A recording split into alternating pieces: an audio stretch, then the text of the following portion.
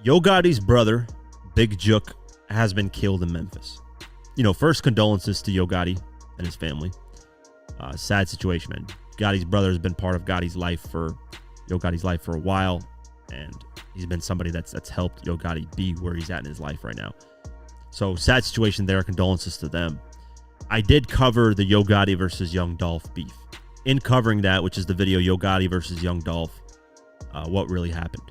In covering that, I got more well-informed on the history between Young Dolph and Yo Gotti. And we, as the public, I don't think we'll ever know how deeply rooted this beef is. And I'm talking significantly deep, like deeply rooted. Like very deep. Like this has so much street ties to it, so much street stuff that nobody will, unless somebody just comes out and snitches, nobody's going to know the full details of this. This was not a rap beef. This is the problem, man. A lot of the celebrities, they have a voice, they do their music.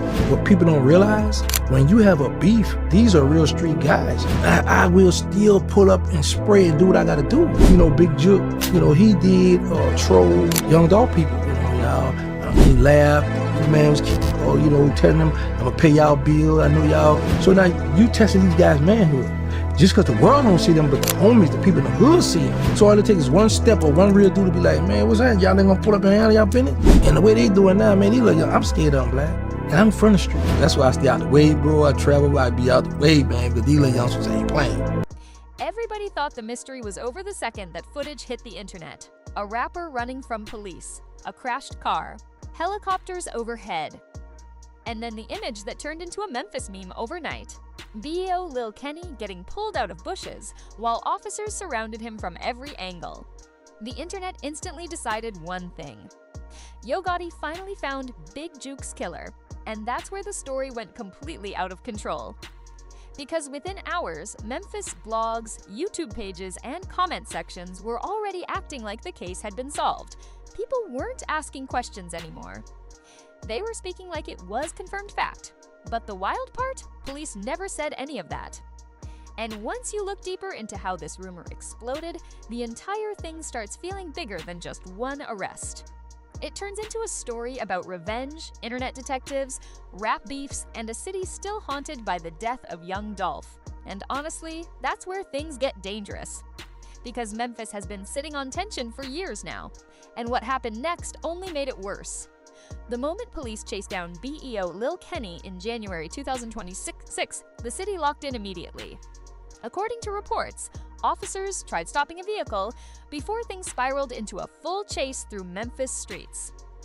Kenny allegedly bailed from the car and tried hiding nearby before police dragged him out from bushes while cameras rolled. That visual alone was enough to set social media on fire. The footage spread across Facebook, Instagram, TikTok, and YouTube within hours. Every page had the same headline: Big Jook suspect caught. Yo Gotti's people finally got him. Big Jook killer exposed. And the craziest part is how fast people accepted it. Nobody waited for paperwork. Nobody waited for charges. Nobody waited for police statements. The internet already built the story in its head. That's because in Memphis, people were still emotionally stuck on what happened to Big Jook in the first place. His death never felt finished to the city. It felt unfinished. Unfinished in the worst possible way. And that's why Kenny instantly became the center of attention. But to understand why everybody reacted like that, you got to understand who Big Jook really was. Big Jook wasn't just Yo Gotti's brother.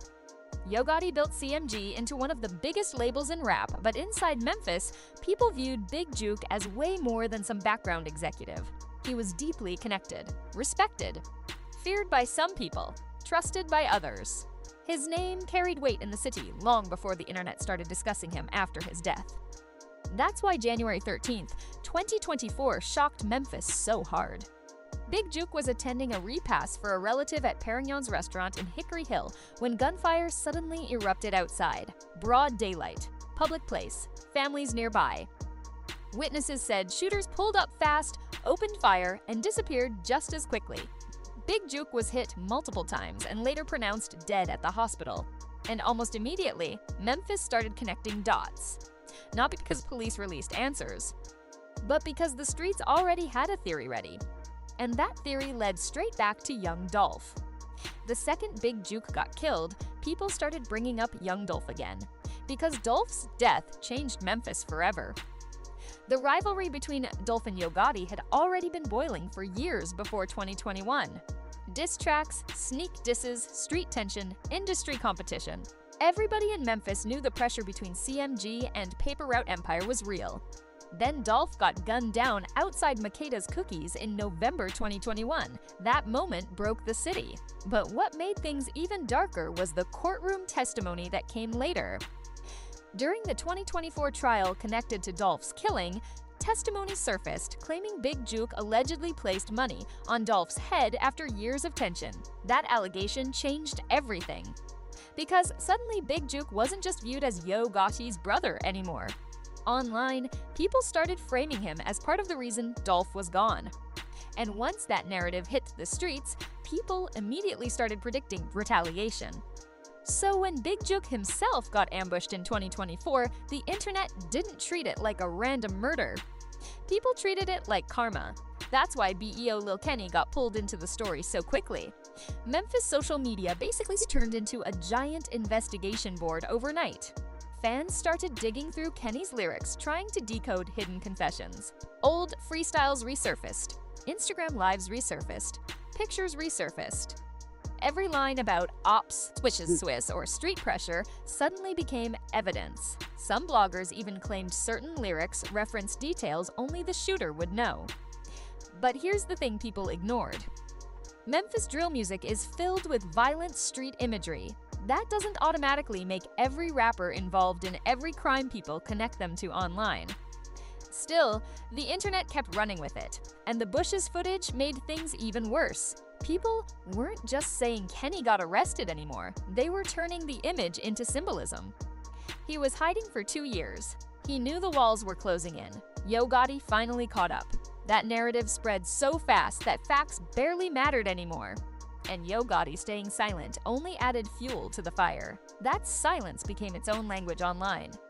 People started interpreting every cryptic post, every song lyric, every lack of response as confirmation that something bigger was happening behind the scenes. But then the actual details came out. And that's when the story started falling apart. Because despite every viral headline floating around online, BO Lil Kenny was never charged with Big Jook's murder. Not even close.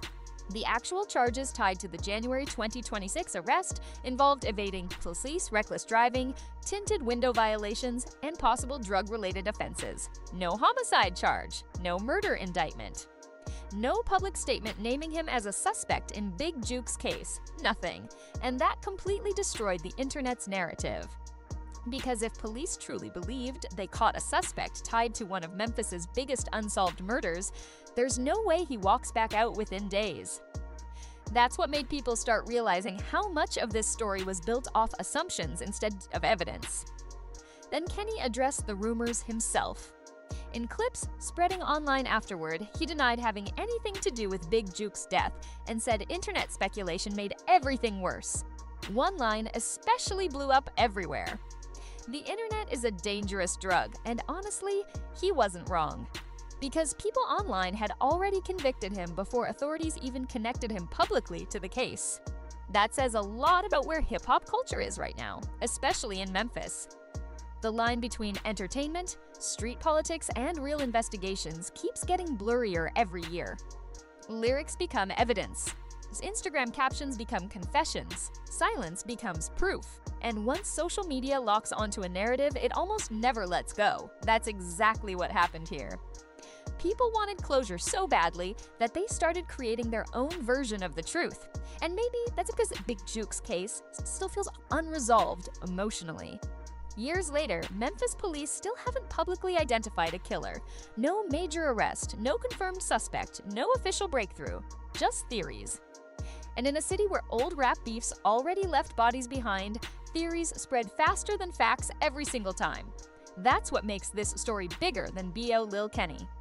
It's really about Memphis itself, a city where rap success, street loyalty, revenge, and internet culture keep crashing into each other in real time. And maybe the most unsettling part is this. The streets already decided who's guilty long before investigators solved anything. That's the reality now. One viral clip, one rumor, one lyric. And suddenly, somebody's entire name gets attached to a murder forever. Meanwhile, the actual case stays open. And Yo Gotti's silence continues making people wonder if answers will ever really come out publicly, because as of right now, the official story hasn't changed. Big Jook's killer has not been publicly identified. Police still haven't closed the investigation, and B.O. Lil Kenny continues denying any involvement. But even with all that, Memphis still keeps asking the same question. If this wasn't the man responsible, so for now, the mystery still hangs over the city like unfinished business. Rumors keep spreading, new theories appear every week. And with every new clip, interview, or leaked detail, people become even more divided about what really happened that night outside the restaurant in 2024. Maybe the truth eventually comes out. Maybe it doesn't. But one thing is certain. The internet has already turned this story into something much bigger than a single incident. And until there are real answers, the speculation probably won't stop anytime soon. What do you think really happened? Drop your theory in the comments below. And if you enjoyed this video, make sure to like, subscribe, and turn on notifications so you never miss the next deep dive into the internet's biggest stories and controversies. Thanks for watching, and I'll see you in the next one.